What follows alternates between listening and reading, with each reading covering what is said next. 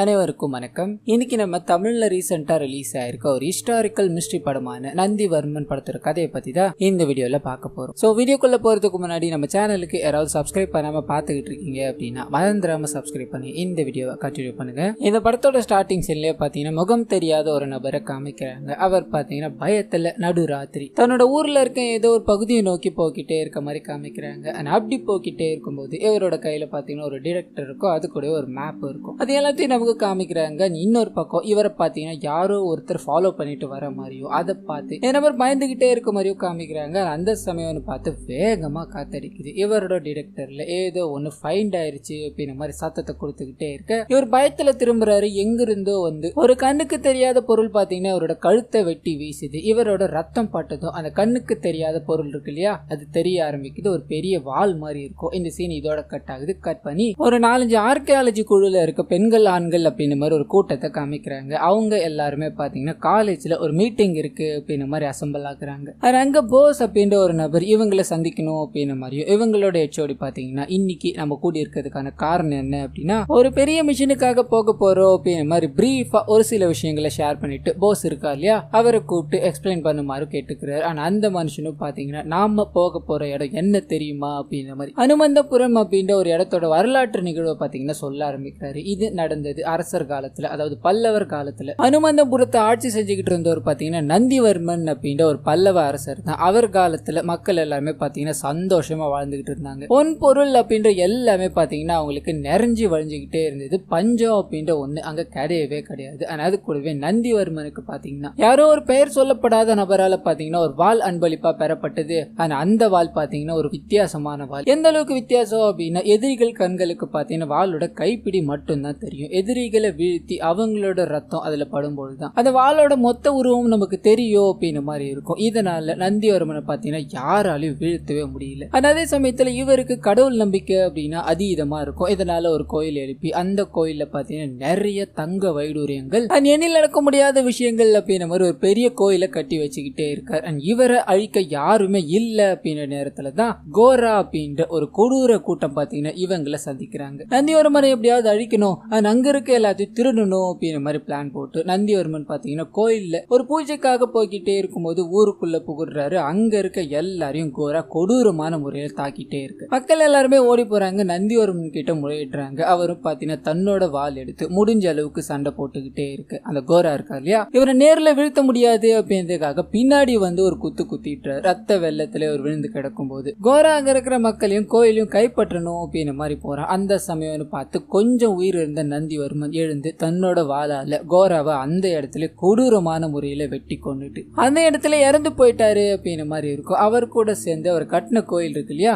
அதுவும் மண்ணோட மண்ணா புதஞ்சு போயிருச்சு அப்படின்ற மாதிரி இருக்கும். சோ அதுல நந்திவர்மனோட வாள் முதற்கொண்டு அவர் சேர்த்து வச்சிருந்த, அதாவது கடவுளுக்காக சேர்த்து வச்சிட்டு இருந்த எல்லா வைர வைடூரியங்களும் உள்ளதான் இருக்கு அப்படின்ற மாதிரி தகவல் இருக்கு இல்லையா, இதை கண்டுபிடிக்கணும். ஆனா அது மட்டும் இல்லாம ஒரு வரலாற்று நிகழ்வு வெளியே கொண்டு வர போறோம், நம்ம இதுல கண்ணும் கருத்துமா வேலை செய்யணும் அப்படின்ற மாதிரி அவரோட டீமை ஃபார்ம் பண்ணிக்கிட்டு செஞ்சியில இருக்க அனுமந்தபுரம் அப்படின்ற ஊருக்கு கிளம்புற மாதிரி காமிக்கிறாங்க. அதே சமயத்துல இன்னொரு பக்கம் கட் பண்ணி படத்தோட ஹீரோவான ஒரு போலீஸ்காரரை நமக்கு காமிக்கிறாங்க. ஒரு கொலை நடந்துருச்சு அப்படின்ற மாதிரி ஒரு இடத்துக்கு போவாரு. அங்க இருக்க எல்லாருமே இது ஒரு சூசைட் தான் அப்படின்ற மாதிரி முடிவு பண்ணி கேஸை க்ளோஸ் பண்ணலான்னு போக இவர் போன உடனே அங்க இருக்க எல்லா விஷயங்களையும் பாக்குறாரு. இது ஒரு கொலை தான், தற்கொலை கிடையாது அப்படின்ற மாதிரி கேஸை அந்த கோணத்துல எடுத்துட்டு போகிறார். சோ இவர் பேசிக்காவே ஒரு இன்டெலிஜென்ட்டான ஆபீசர் அப்படின்றது இது மூலமா நமக்கு தெரிய வருது. கட் பண்ணா அந்த அனுமந்தபுரம் இருக்கு இல்லையா அங்க காமிக்கிறாங்க. ஊர் மக்கள் எல்லாருமே திருவிழா நடத்தணும் அப்படின்ற மாதிரி ஒண்ணு கூடி பேசிக்கிட்டே இருக்கும்போது ஊர் தலைவர் பக்கத்துல பாத்தீங்கன்னா ஒருத்தர் கண்ணாடி போட்டுட்டு இருப்பாரு. அந்த ஊர்ல பெரிய மனுஷன் அப்படின்ற மாதிரி இருக்கும். அந்த மனுஷன் தான் எல்லா கோயில புதுப்பிக்கணும் அப்படின்னாலும் முதல் ஆளா போய் நிக்கிறவரு. இதனால அங்க ஒரு சின்ன கான்வர்சேஷன் போய்கிட்டே இருக்கும்போது திடீர்னு அந்த சிலை சேருவரோட வீட்டுல பாத்தீங்கன்னா தீ பிடிச்சி எரிய ஆரம்பிக்குது. ஊர் மக்கள் எல்லாருமே பயந்து போறாங்க. அந்த சமயத்துலதான் ஊருக்குள்ள பள்ளம் தோண்டணும் அப்படின்ற மாதிரி ஒரு கூட்டம் வரப்போ போகுது.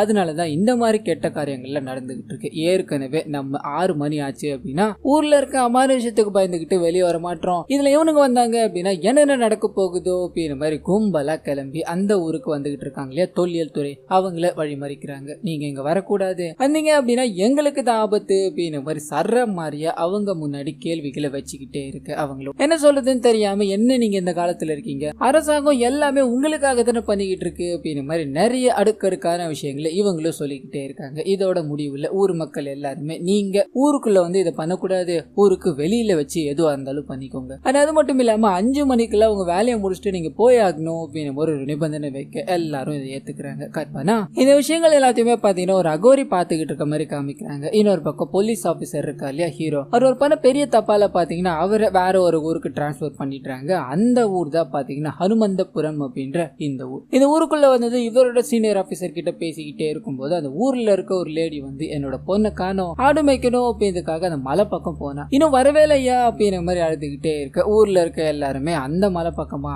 அங்க போனாலே சாவாச்சு, நாங்க வரலாமா அப்படின்ற மாதிரி என்னென்னமோ பேசி நழுவ பார்த்துக்கிட்டே இருக்காங்க. ஆனா ஹீரோக்கு இங்க என்ன இருக்குதுன்னு தெரியாது. ஒன்னு கவலைப்படாதமா உன் குழந்தைய நான் கண்டுபிடிச்சு தரேன் அப்படின்ற மாதிரி ஒரு கான்ஸ்டபிளை கூப்பிட்டுக்கிட்டு அந்த ஊருக்குள்ள என்டர் ஆகுறாரு. அண்ட் போய்கிட்டே இருக்கும்போது நிறைய குதிரைகள் ஓடுற மாதிரி சத்தம் கேட்டுக்கிட்டே இருக்கு. இவர் இங்க குதிரை ஏதாவது இருக்கான்னு கேட்க அதெல்லாம் இல்லைன்றாங்க. மேற்கொண்டு போய்கிட்டே இருக்கு. அந்த அகோரி இருக்கா இல்லையா, அவரை பாக்குறாரு. ஒரு மாதிரி விசித்திரமா நடந்துகிட்டே இருக்காரு. ஆனா அது மட்டும் இல்லாம ஒரு சாமி சிலை எல்லாம் இருக்கும், அதையும் அவர் பாக்குறாரு. இங்க என்னமோ இருக்குது அப்படின்றத அவர் ஃபீல் பண்றாரு. அது கூடவே பின்னாடி இருக்க கான்ஸ்டபிள் கிட்ட கேட்கும் போது இங்க ஊர் மக்கள் எல்லாருமே ஏதோ ஒரு அமானுஷம் 6 மணிக்கு மேல வெளியே வந்தா எல்லாரும் கொண்டுகிட்டு இருக்கு அப்படின்ற மாதிரி நம்புறாங்க. நம்ம வேணா போயிடலாம் சார், வாங்க சார் அப்படின்ற மாதிரி கம்பல் பண்ணிக்கிட்டே இருக்கு. இவர் அந்த குழந்தைய கண்டுபிடிச்சாகணும் இல்லையா, அங்க போற அந்த வீட்டுக்காரம்மா கிட்ட போய் விசாரிக்கிறாரு. அவங்க கடைசியா, அதாவது அந்த குழந்தை கடைசியா ஆடு மேய்ச்சிக்கிட்டு இருந்தது அப்படின்ற மாதிரி இருக்கும். ஆடெல்லாம் வந்துட்டா அவர் ரொம்ப செக் பண்ணி பாக்கலாமாமா அப்படின்ற மாதிரி ஆடு கிட்ட போறாரு. ஒரு ஆட்டை காணும். உன் பொண்ணு எங்கேயும் போகல, ஆடு தொலைஞ்சிருச்சு அப்படின்ற மாதிரி திட்டுவாங்கன்னு பயத்துல எங்கேயோ ஒழிஞ்சுக்கிட்டு இருக்காமா. இங்க கொஞ்சம் சத்தம் போட்டு கூப்பிடுங்க, கண்டிப்பா வருவாங்கன்னு சொல்ல அதே மாதிரி அந்த குழந்தை வருது. இவரும் பாத்தீங்கன்னா கண்டுபிடிச்சாச்சு அப்படின்ற மாதிரி ரிட்டன் போக்கிட்டே இருக்கும்போது அந்த குதிரை சத்தம் இருக்கு இல்லையா,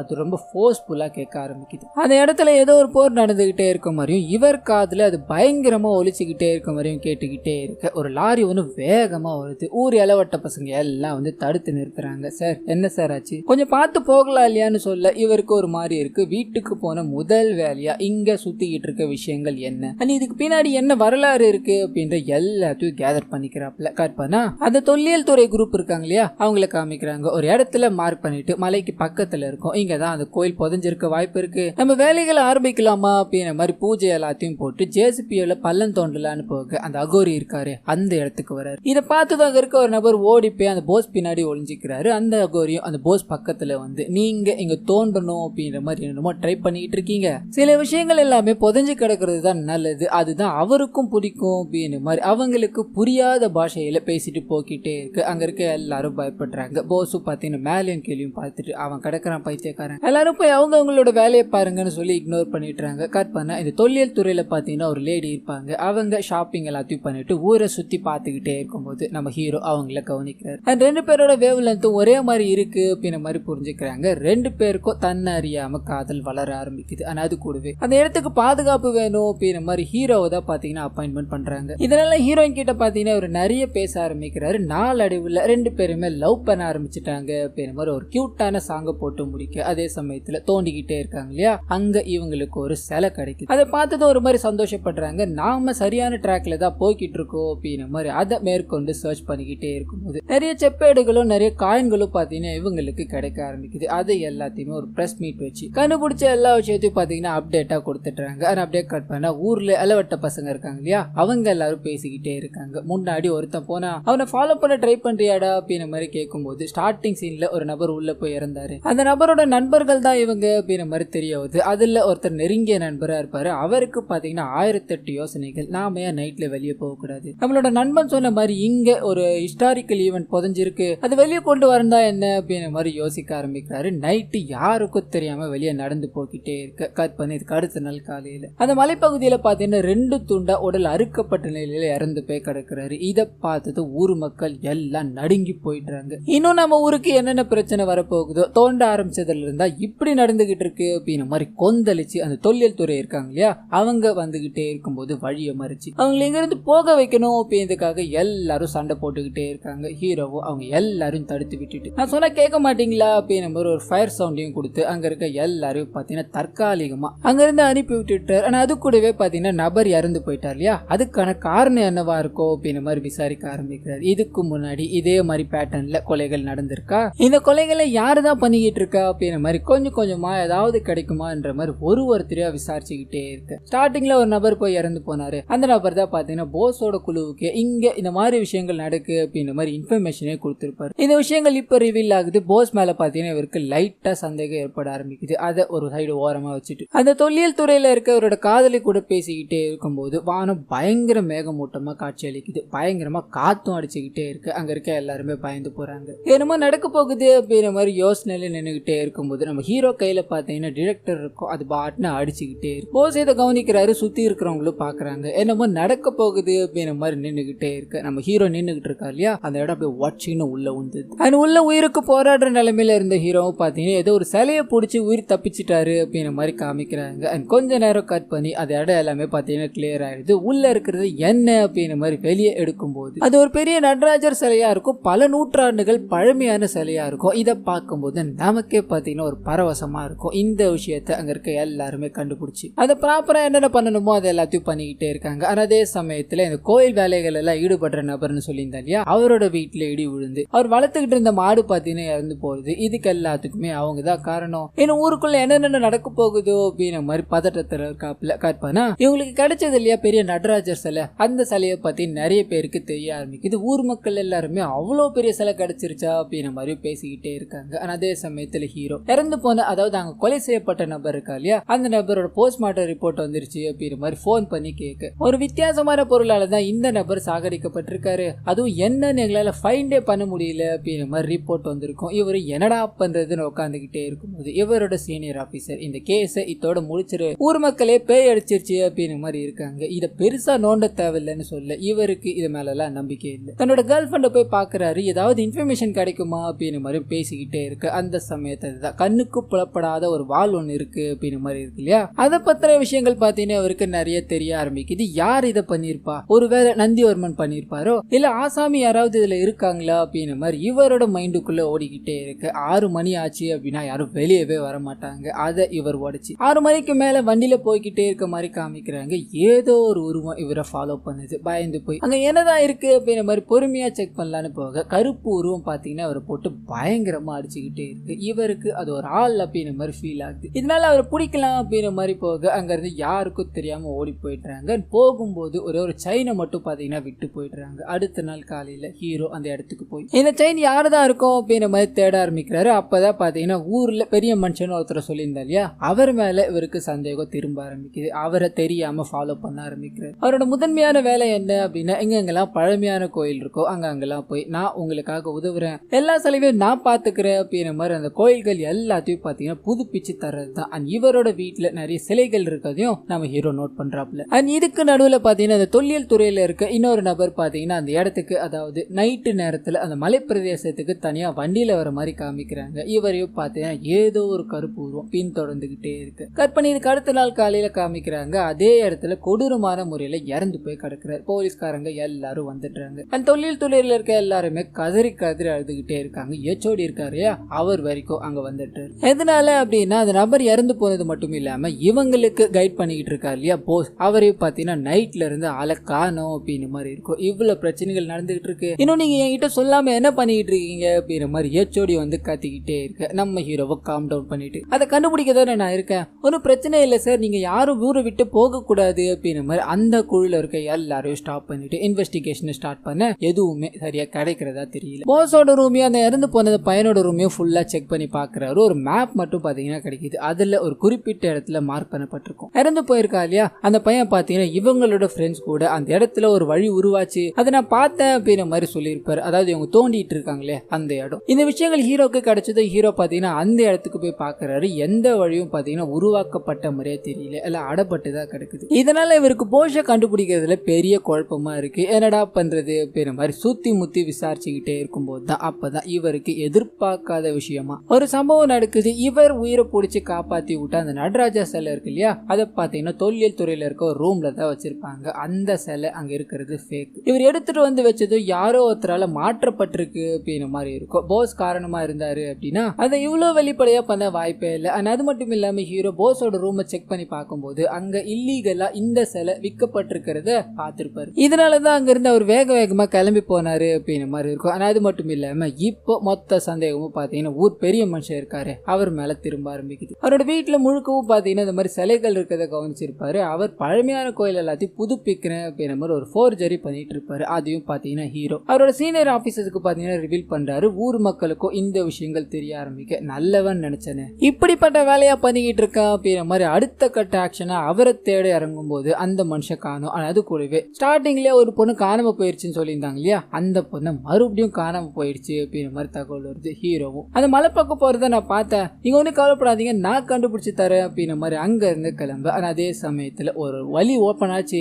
அது நாங்க பார்க்கும்போது இல்ல அப்படிங்கிற மாதிரி சொல்லியிருப்பாங்க இல்லையா, அந்த வழிக்குள்ள ஒரு பெரிய கோயில் மாதிரி இருக்கும். அங்க நமக்கு காமிக்கிறாங்க அந்த எச்ஓடி முதற்கொண்டு ஊர்ல இருக்க நல்ல மனுஷன் இருக்கா இல்லையா, அவரும் அங்க இருக்காரு. போஸ புடிச்சு வச்சிருப்பாங்க. என்னப்பா பண்றது, நீ எங்களோட உண்மைகள் எல்லாத்தையும் தெரிஞ்சுக்கிட்டா வேற வழி இல்லப்பா, ஒன்னு நாங்க போட்டு தள்ளி தானே பாக்கணும் அப்படிங்கிற மாதிரி பேசிக்கிட்டே இருக்காங்க. காரணம் என்ன அப்படின்னா இவங்க கண்டுபிடிக்கிற பொருட்கள் எல்லாத்தையும் இல்லீகலா மாத்திக்கிட்டு இருக்காங்க அப்படின்ற விஷயம் போஸ் பாத்தீங்கன்னா கண்டுபிடிச்சிட்டு இருப்பாரு. இதை நம்ம தடுக்கிறோம் அப்படின்ற மாதிரி தான் வந்திருப்பாரு. இவங்க கிட்ட மாட்டிக்கிட்டு இருப்பாரு. இப்போ இந்த விஷயங்கள் எல்லாமே ரிவீல் ஆகுது. ஆனா அது கூடவே புதையல எடுக்கணும் அப்படின்னா ஒரு குழந்தைய பலி கொடுத்தா மட்டும்தான் முடியும் அப்படின்ற மாதிரி இருக்கும். அதுக்காக தான் ஊர்ல காணாம போயிடுச்சு அப்படின்ற மாதிரி தேடிட்டு இருக்காங்களே, அந்த குழந்தைய புடிச்சு விழுந்திருப்பாங்க.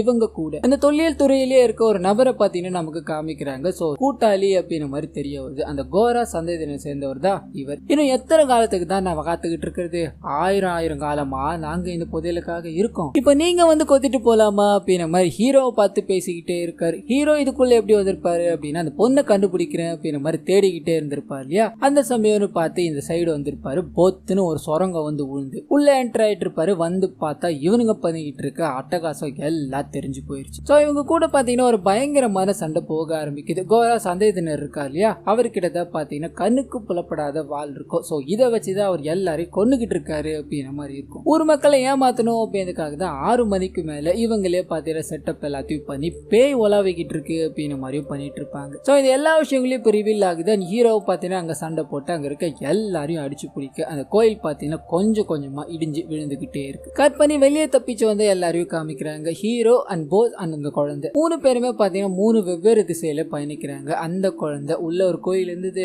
சிவலிங்கத்தை பார்த்தமா அப்படின்ற மாதிரி அப்பா அம்மா கிட்ட சொல்லி சந்தோஷப்பட்டு போஸும் பாத்தீங்கன்னா அந்த கோயில் இருக்க விஷயங்களை இன்னும் முழுசா வெளி உலகத்துக்கு எடுத்துட்டு வரல இல்லையா, நம்ம நாட்டோட கலாச்சாரத்தை நம்ம தான் வெளியே கொண்டு வரணும், இதுக்கு நான் எந்த எல்லைக்கு போவேன் அப்படின்ற மாதிரி சொல்றாரு. இன்னொரு பக்கம் ஹீரோவும் வெளிநாட்டுக்கு ஆன்டிக் பீஸ் எல்லாமே கடத்திக்கிட்டு இருக்காங்க இல்லையா, அதை கைப்பற்ற மாதிரி காமிக்கிறாங்க. சோ இவங்களோட பயணம் தொடரும் அப்படின்ற மாதிரி இந்த படத்தை இதோட முடிக்கிறாங்க. சோ கண்டிப்பா இந்த படமும் என்னோட வாய்ஸ் வரும் உங்களுக்கு பிடிச்சிருக்கோ அப்படின்ற மாதிரி நம்புறேன். இந்த வீடியோல ஏதாவது நிறை குறைகள் இருந்தது அப்படின்னா மறந்துடாம அதை கமெண்ட்ஸ்ல பதிவிடுங்க.